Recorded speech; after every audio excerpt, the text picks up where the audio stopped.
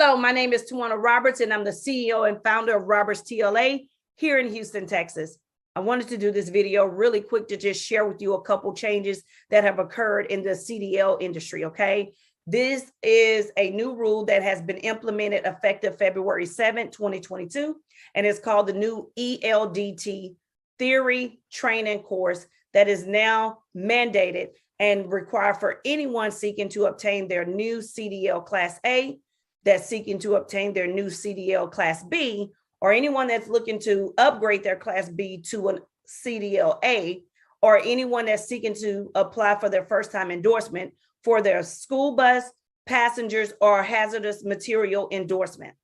We have this training curriculum here at Roberts TLA.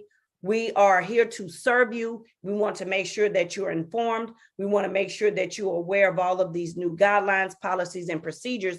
And we want to make sure that we implement the top state-of-the-art type of training. Our training is 100% online. The ELDT theory training consists of 48 learning modules that will have to be completed, all modules at an 80%, in order for you to proceed with your local DPS office to obtain your CLP, which is your commercial learner's permit. We also have the full curriculum on the hazmat endorsement, which is going to be 13 learning modules, which also has to be completed before you can proceed with your state level DPS office to take the state exam.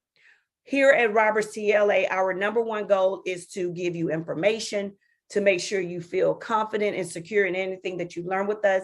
And we're here to serve you. So if you or anyone you know are seeking to get and apply for your new CDL driver's license, look no further. We offer this training. We are a registered TPR provider for the Federal Motor Carriers Safety Administration, and we're here to serve you. So click the link below. Register today at robertstla.com. That's right. If you register, we will return your inquiry within 24 to 48 hours, get you set up to our online portal that will give you everything you need to move forward so that you can enjoy and start your new career in the transportation industry. Thank you.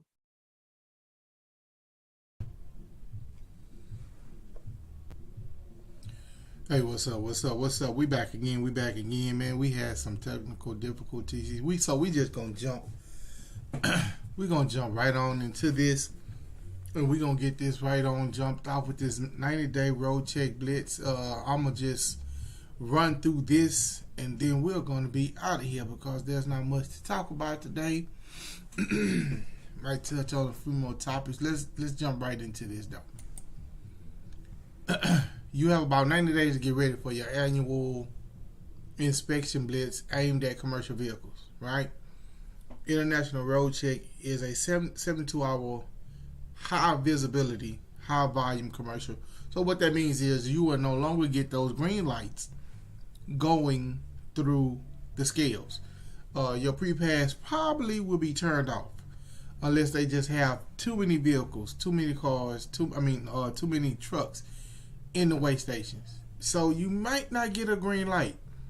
Be prepared. And this road check dates are set for May 17th through the 19th. 3 days, May 17th through the 19th. So let's go through a few of the levels of that we deal with here in North America. So let's start out with level 1. Level 1 is your more severe, I ain't gonna say severe, but more in-depth inspection. Of course, level 1, it covers already your level 2, your level 3, and then basically level 4, 5, and 6. So it covers all of that. So, well, not 6, but maybe 5, 4, 3, 2. So level 1 consists of course, your driver license, medical cards. I don't know what they got that on. They may give you a drug or alcohol test only if, I've never seen them do it unless they found you impaired, found you to be unstable. Then along with the level 1, you have your driver duty status as well as your hours of service, which those two are one and the same. Check seat belt, vehicle registration report. They check all your brake systems, make your cargo securement. Let's talk about that real quick. Make sure in the first 8 feet of your load, not your trailer, in the first 8 feet of your load, you have 2 straps, 2 chains, 2 whatever you're tying your load down with. 2 of them, not 1, but 2. Some people can be an asshole about it and give you a ticket, but you must have. That's the law. The next thing is they're going to check is coupling devices. Now, your coupling devices are those glad hands that goes from your airlines, your emergency airline and your service airline, to the glad hands on your trailer that supplies your trailer with air. Those couplings, I'm calling them coupling devices, but also the coupling devices consist of your fifth wheel, where your trailer, your lock jaws, all of that. Those are also coupling devices. But I'm focusing on the glad hands for one reason, because people seem to think that those little round black things on the inside mean nothing. Those little black things on the inside mean everything. If you have even just a little bit of air coming out of there, you're getting a ticket. You're getting a ticket. So check those little black rubber deals inside your glad hands and make sure they're not worn out, they're not cracked, they're not cut. And most of all, make sure you have no air coming out of those glad hands when you hook up to your trailer. Make sure of it. I guarantee you they will go straight to those glad hands and check those rubber stoppers and make sure there's no air coming out of them. Drive line, drive shaft. Make sure that when you get under your hood, turn your steering wheel rod. Make sure it doesn't have a lot of play. It's supposed to have a little bit of play. But when you turn it, it's supposed to turn back. Turn it, it's supposed to be hard to turn back. If it's too loose, go get it checked. Same thing for your drive shaft. All you got to do is if it can move back and forward, you got an issue. Drive shafts are not supposed to be able to move back and forth. If you can move, get up under there, and you can move it back and forth, you have a problem. Exhaust systems. Make sure that your smokestacks are secured and in place. They shouldn't be shaking. They ain't worried about exhaust coming out and running down. They want to make sure they're not loose. Make sure they're secured. Your fuel systems, make sure everything is tied down. Make sure your tanks are not shaking. Lighting devices, make sure all of your headlights, tail lamps, stop light, turn signals, clearance lights, all of that stuff. Make sure that if you can, make sure that your headlights are not foggy. I've seen where they've had some buttholes, and they will give you a ticket for having foggy headlights. Even on the back, if those stop lights are not bright when they stop, they can give you a ticket. They're saying, even though they work, they're saying that they're too dim. You'll have to fight them on it. And I don't think you want to fight them on the side of the road with that, because you're not going to win. You're not going to win, because if they're too damp. If they're too dim, they could give you a ticket. So check your stop lights and your turn signals in the back of your trailer. Steering mechanism. They just talked about the steering wheel. Suspensions. Make sure your slack adjusters. Make sure all of that stuff is in place. They are going to check all of that stuff. You would be surprised. You would be surprised at how many people take that for granted. Then the next thing is on this level 1, everything else, vans, they're gonna check. They're gonna check your suspensions, your tires. They're gonna check your lug nuts. They're gonna check your brakes, your brake pads, to make sure that everything is going good. Your wheels, your tires, your rims. They're going to check your depth of your tires, your hubs. Make sure your hubs are not leaking oil. If your hubs are leaking oil, that's a telltale sign that you may your axle may get too hot without any oil in there. So check them. Make sure you got wiper fluid in your in your reservoir, because that now, even though we used to take for granted, oh, that ain't no ticket, it is now. Well, it's not a ticket, it's at the discretion, but they do warn you about not having enough wiper fluid in your reservoir. Check buses, motor coaches, passenger vans, you are not exempt for this. You are a commercial vehicle. They can pull you in. Any commercial vehicle weighing over 2,000 pounds, I believe, or something like that. But box trucks, you are commercial vehicles. They can pull you in and inspect you. Emergency exits, make sure all the electrical cables, your pigtails, make sure your pigtails are okay running from your truck to your trailer. Systems, engines, battery, compartments, seating, all of that kind of stuff. That will be a part of level 1, which means they will pull you around. They will pull you in the garage, and normally they have a tunnel underneath where you pull over the tunnel and they walk under that tunnel and check under there on your truck. Sometimes some way stations don't have a tunnel. What they would do, you'll see them rolling around on the ground. They will put that mug from the back and they will roll all the way. I'm talking about he will roll on his back and check everything, roll it under, because he should be able to fit under that whole trailer just rolling with that little, the little mechanics, I don't know what you call them deal, that mechanic deal, yeah. So that's a level 1. If more than 20% of your push rod travel on exposed cannot be measured, then the inspection would not be considered a level 1 inspection and shall be identified as a level 2. So that's a level 1. Level 2 includes everything I just said in level 1. Includes everything I said in level 1. Includes the item specified walk around. So now when you do a level 2, it's a walking around. Then you're going to do, your driver's license and all of that kind of stuff. He may not get up under your trailer. He may not do all of that. Only thing he's going to do, walk around, check your headlights, check your wipers, make sure your windshield don't have no cracks in them that's obscuring your vision. All of that kind of stuff. It's a walk around. It is a walk around. He's not going to get under your trailer. He's just doing a visual. Then he will let you on your way. Then a level 3 is a credential administrative inspection, meaning that he's checking all of your credentials. He's checking your DOT number. He's checking your insurance. He's taking your IFTA. He's checking all of that stuff. He's checking to make sure that you are not out of compliance. Your insurance, your IFTA have to be up to date. And now, if you haul a hazmat, your insurance and your hazmat permit should not be out of date.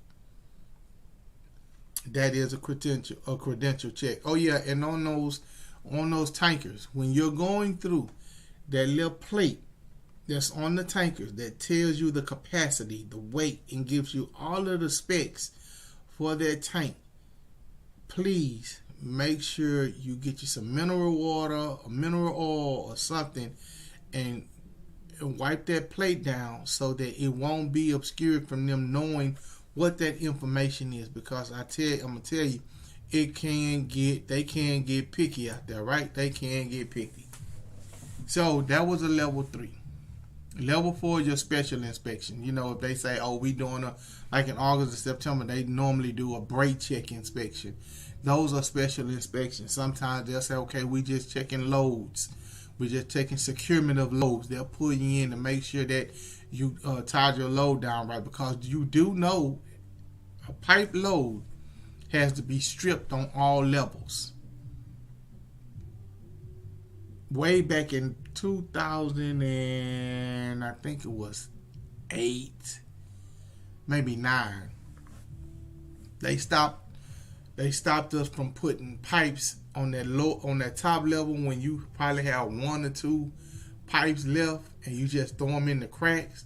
They stopped us from putting them in the cracks because they said that it didn't put enough pressure when you tied them down to create pressure on the lower levels to hold pipe in place. And the reason being, it was a guy who was on 75 up here by Huntsville, by Willis. 75 has a dip, a hill like this here, a decline, then it comes back up.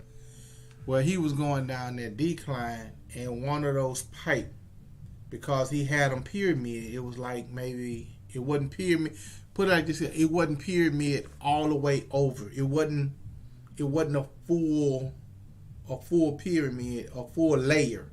It was only maybe about 4 or 5. And what happens is when you tie those things down, those 4 or 5, maybe the 2 in the middle, maybe one of them, they don't get the proper securement that they need. And so when he went down the hill and he hit his brakes because he realized he was going too fast, and he began to hit his brakes, what happened was one of those pipes slid right through his cab and his truck. Luckily, he wasn't hurt. It went straight through his windshield, and that's one of the reasons for them doing away with being able to pyramid 4 or 5, maybe 6 pipe on the top. Now you have to strip each level so that the pressure of the securement is on all levels. So make sure you do that. Make sure you do not, because these pipe, I don't care if they new, old, rusty, they will move. And one thing they don't want it to do is to move backwards, and it goes through the car of somebody's family and kills the person behind you. Family, you could be going up a incline, and that pipe just decide you may not even know it. That pipe shift, the load shift just a little bit, and now one of those pipe up top are loose, and here they go sliding back. Nothing's a 100% securement, but at the end of the day, they feel like if all of the pipes are stripped, you would be in a better position. So that is securement. That is, sometimes they do special load checks. So that's a level 4. A level 5 is vehicle only inspection, an inspection that includes each vehicle, which means that DOT could pull up to your business and say, hey, look, can I get 2 of your trucks and just park them right here and let me inspect them? Right? Yeah. Just let me inspect 2 of your trucks. And just walk away. Just go on about your business and go on get through doing it. When I'm done, I'll come in. Now, they may say, hey, I found these violations. I need you guys to correct them. Nobody gets a ticket. I just need you to correct these violations and turn it in. Right? Okay. So a level 4, it says is for Transuranic Waste and Highway Route Control Qualities, HRCQ. That is for your radioactive material. So what happens is with that, a level 5, when they know you're carrying radioactive material, an inspection of radiological shipments, which include inspection procedure enhancements. So as of January 1st, 2005, all vehicles and carriers transporting HRCQ radioactive materials are regulated by the USA Department of Treasury, DOT, and requires to pass the North Standard inspection, which means you have to go in and let them inspect whatever it is. Previously, the U.S. Department of Energy, DOE, voluntarily complied with North American Standard Level 4 inspection program requirements. So you have to go in and have that whole shipment inspected before you move. That's what happened with radioactive material. That's why a lot of people don't haul it, because it's a headache. Then you have a level 7, which is a jurisdictional mandate commercial vehicle inspection, an inspection that is jurisdictional mandated inspection program that does not meet the requirements of any of the other levels. An example will include inspection programs such as, but not limited to, school buses, limousine taxis, share ride, transportation, hotel, courtesy shuttles, and others. These inspections may be conducted by CVSA certified inspectors. So those are your levels of inspection. I hope you guys prepare yourselves for the 90-day roadside inspection. It's coming up. They do it each year. Focuses on a specific aspect of roadside inspections. Wheel components support the heavy loads carried by commercial vehicles. They're going in, checking everything, trying to make sure the roads are safe. That's the same thing I said about the ELDT training. That's what they're trying to make. That's what they're trying to protect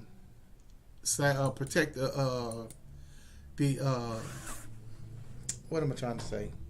The public. They're trying to protect the public is because they want to make sure you're trained in the right way. I guess they figure too many people have gotten in the truck. They can't read English. They've been trained wrong. They haven't been able to do certain things the way that they want to. So they want to make sure that you are trained the right way. They're trying to make sure you're trained the right way. And, it is what it is. It's not going anywhere. You just have to adapt, just like we had to adapt with the ELD. Everybody was like, man, you got to adapt. It is what it is. It is what it is. So I want to get into this other article real quick. Oh, yeah. And the question was, is there a gun in your truck while you're driving? How many truck drivers carry guns? How many truck drivers do you think? Should it be okay? There's a lot of robberies. A kid just got shot at in Mississippi doing a route for FedEx Ground. He got shot at. A couple of drivers, they almost got robbed because people want to steal. What do you think about it? Do you think it's okay for truck drivers to carry a weapon? We personally can't. We can't. No weapons. Most truck drivers don't have weapons because, especially when you hauling tankers, it says when you go in to get loaded and unloaded. No, most companies say no weapons are allowed in the facility.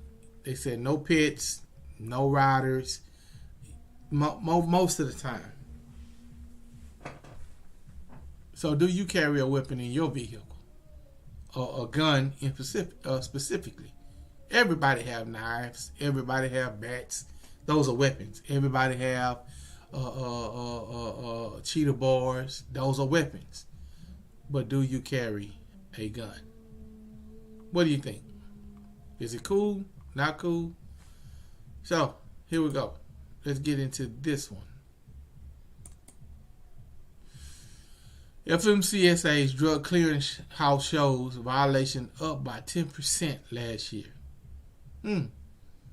They up. The second year of the drug and alcohol clearinghouse saw 58,000 drug violations in the system compared to 52. The majority of the violations stem from positive drug tests, which was almost 50,000, which is 49,000 in 2021, while 8,100 violations were drug test refusals. The remaining 1,050 violations reported were actual knowledge violations reported. What did that mean? Oh, I didn't know. And that's when you get into the CBD game. Okay. FMCSA says with CBD 0.3. Anything 0.3 or less, you're not violated. But CBD could say 0.3, but it's actually more because it's not regulated. It's not regulated. So as a driver, you can take a chance and do the CBD salve, the lotions, because you got clutch knee or you got bad feet or whatever. You can take a chance and rub that on you at a 0.3, and it says 0.3, but in actuality it may be higher than a 0.3. And then when you go do the drug test, you thinking you're good, then you come up positive. So that's what they mean by knowledge violations. I didn't know that this was a violation. Positive marijuana tests put more drivers in the clearinghouse than any other substance. FMCSA reported with 3,100 positive drug tests in 2020, a 5.3 increase over reported marijuana violations in 2020. Cocaine was the second highest positive substance among drivers, at 10.4% increase over the previous year. Methamphetamines was responsible for the third most positive in the clearinghouse. Apart from marijuana and cocaine, methamphetamines was the only other substance to see an increase in violations. But I don't know how you can drive a truck doing methamphetamines, because I heard that it just puts you on your back. I had a homeboy, he told me, he said, man, I just got, and he ran good for a week or two. Then that third week, he picked up the load, got to moving. Man, I ain't hear from that dude. I was calling him, I ain't hear from him for 2 days. Then the next thing you know, he gives me a call. Hey man, I'll be at the place in the morning. Hey man, where were you? Tweaking. Come to find out, he was a methamphetamine. He was using methamphetamine.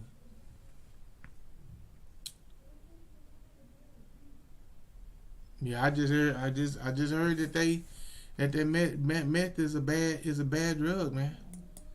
So our violations also increased over the years, reported clearinghouse. Blah, blah, blah. So the clearinghouse is what they do when they do a random. Right? They do randoms. That's what the clearinghouse is. That's what the clearinghouse is. You know? And we just need to be careful as truckers, you know what I'm saying, not to abuse these drugs. Alcohol is a drug. But they don't test for alcohol. We do. They test when you come in. But just as part of the clearinghouse, the clearinghouse doesn't test for alcohol because alcohol doesn't stay in your system like that. Other drugs do. But they have something that can test your alcohol level. If they come in and they smell you and you smell like alcohol, they gonna say, "Hey, yeah, come here. Oh, wait. Let me see you real quick.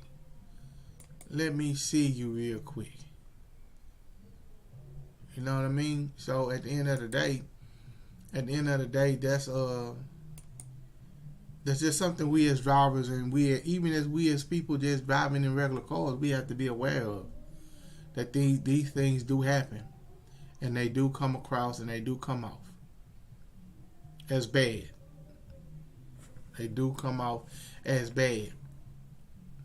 So one more article that I wanted to jump into was, let me see, I don't think I can find it, but I wanted to jump into California.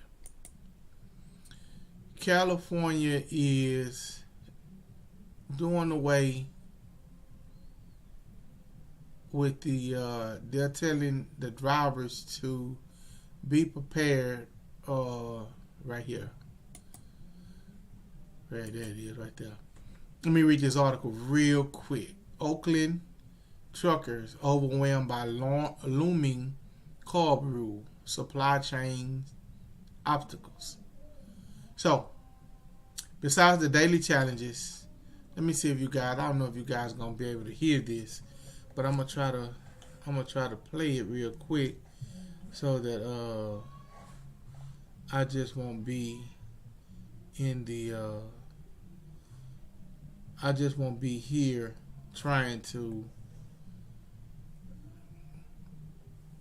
trying to do this. So let me see.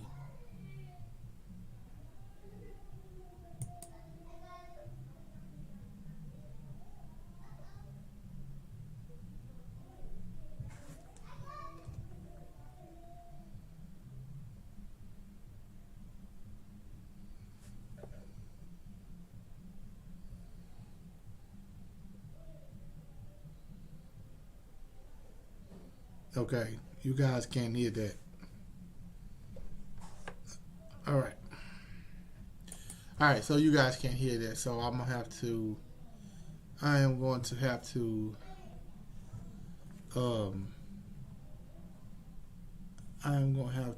do this. Read it a little bit. Besides the daily challenges drayers, truckers face to keep their small business afloat, some are questioning whether they still will be operating this time next year. That's because an emissions rule in California that is requiring them to upgrade their trucks to include 2010 model year or newer diesel engines by the end of the year. President of AB Trucking in Oakland planned to upgrade his aging fleet by replacing half of his truck this spring and the remainder in the fall to comply with California air restrictions truck bus rule deadline of December 31st. So at the end of the year, beginning of next year, these emission rules are going into effect. Those plans are on hold for now, Abudi said, as used trucks prices continue to soar because of semiconductor shortage, which have caused larger fleets to hold on to their old equipment longer because of new truck order delays. He and other drayage companies typically buy their used trucks from over-the-road fleets, which are typically on a 3-year depreciation rule schedule. So what that means is they run the city, they run only through Oakland, so they don't need over-the-road trucks. So when over-the-road trucks get older and they ready to bring them, buy them, sell them back, these companies buy those trucks. Well, those over-the-road trucks are not available at this moment because there's a shortage of new trucks, truck parts, all of that kind of stuff. Getting in the ships, the ports have been backed up. They haven't been able to get equipment in to build new trucks. So there's a shortage. So if there's a shortage with new trucks getting in, I'm not gonna say the older trucks, but the trucks are not so new are not being sold or traded in. So now it's an issue with them getting the trucks that do have the emissions on them. So a 2010 vehicle or a truck have what you call a DEF emission system on it, where it cleans the fuel as it's being used, which means that you have a lesser emissions problem once the fuel is passed through the engine and out the smokestack. It's less carbs in it because of that DEF system, which most trucks, I think it started, like you said, I think it started in 2010, but some people are taking their older trucks and putting that DEF system on there to be in compliance. Well, this guy he was planning on turning his whole fleet over by the end of the year, but he can't start to do that because there are no newer model trucks with that system on the trucks available for him to buy. Hence the supply and demand issue. Those who have those trucks that normally would say, okay, let me buy me a newer truck, they can't because the supply is not there. The demand is there, but the supply is not there. They can't build trucks. So smaller trucking companies like the Oakland-based trucking company up in Oakland, California, which is trying to comply with the emissions rule, they can't comply with it right now because they have no trucks to buy. No newer trucks are being made. The older trucks that are all over the road, they're not being traded in. So there's nothing for them to do. The CARB rule covers all diesel vehicles with a manufacturer's gross vehicle weight rating greater than 14,000 pounds. Linda Lambert, Public Information Officer for CARB, said there is a provision in the truck and bus rule for new truck buyers who are experiencing manufacturer delays, but there is no extension for California truckers who plan to buy used trucks but either can't afford one or can't afford one because of supply constraints.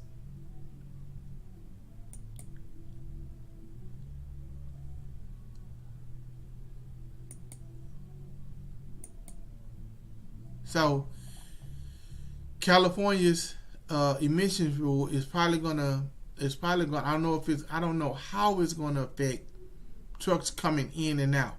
A new truck can have up to 35 chips that are used to collect data. Prior to these changes, he would typically be able to find a used 2011 to 2016 model year truck for between 30 and 50,000, that is, for his drayage operations, but not now. He recently looked at a late model truck with over 500,000 miles. The dealership was asking nearly 130,000. His initial budget to purchase 3 trucks. This guy Joe, Director of Governmental Affairs for Western States Trucking Association, headquartered in Upland, California, estimates that as many as 85,000 trucks will be affected by the CARB rule based on the government's agency data. He said WSTA is talking with other trade groups about submitting a unified request for a delay in the CARB rule. So for all you truckers in California, you run to California all the time. I don't know how it's going to affect you if you're just running in and out over the road. I don't know if that rule is going to affect you. I got to dive a little bit deeper into it. But if you're in California and you're running local and you're based in California and that's where your business is, you need to be prepared for that CARB rule.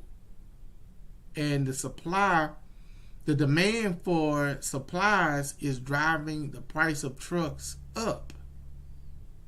Whereas around that time in June is when you typically buy a truck, because that's when you'll get a better price, because you have guys coming in, they're doing trade-ins and they're giving you a nice, not now, they're trying to give you $130,000 for a truck that has 500,000 miles on it, and it's a 2011 2016. The truck's 10 years old with 500,000 miles on it, and you're asking 130. If he paid 130 for one truck, he was planning on buying 3 trucks that totaled 130. So now those guys are in a pickle. Either get out the game, or he's trying to comply, but the supply and demand is too hard. It's too high. So you California truckers out there that run, the drayage, and you guys run city, stay up on that, man. Stay up on that. And so that was just 3 of the topics that kind of stuck out to me this week. On top of, we're training for the ELDT hazmat. I got a lot of hazmat drivers. A lot of older drivers who's going in to get the hazmat. They're coming in to get the hazmat. They got a lot of questions. All I can tell you is it's part of FMCSA's rule. There's nothing I can say or do. I got the training. We got the training. It's online. It's virtual. You can take the test, get certified, and then you can go into DOT and take the test and get certified. Do your fingerprints and all of that. But at the end of the day, what are we supposed to do?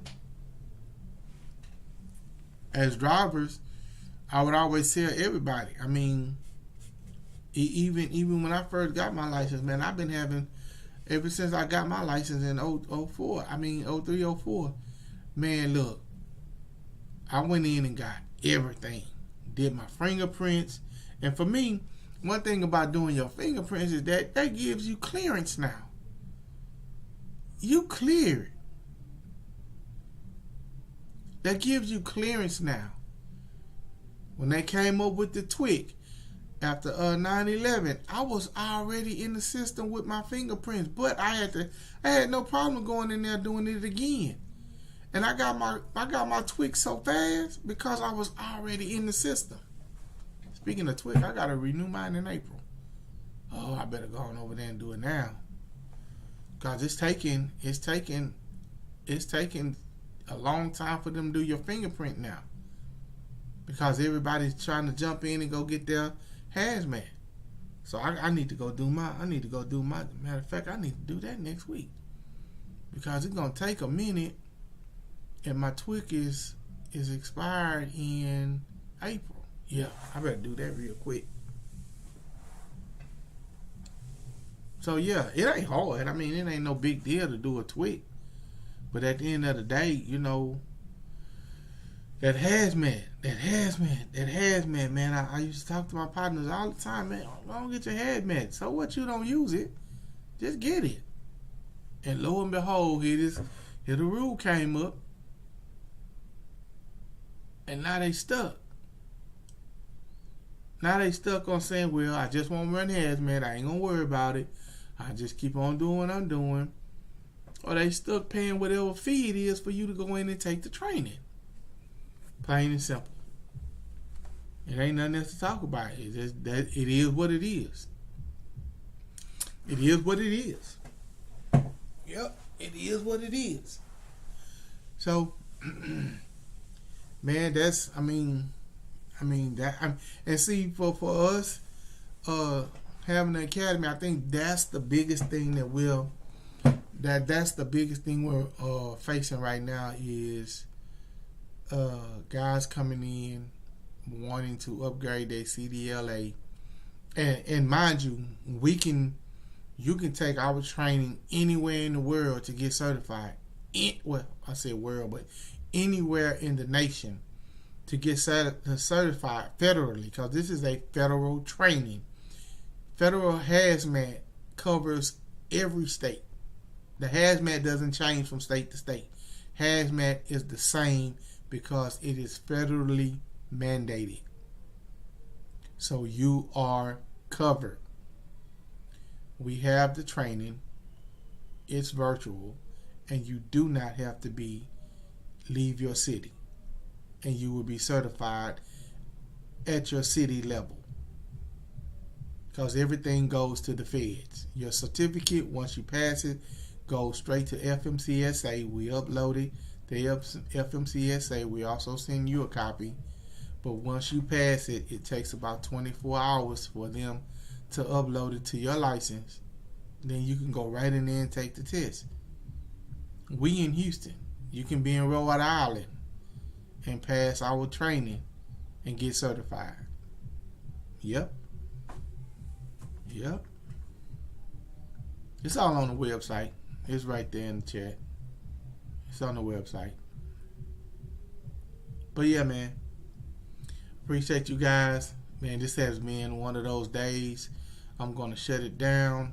I started the broadcast early and then realized that I had been talking for almost 20-25 minutes and my mic wasn't even on.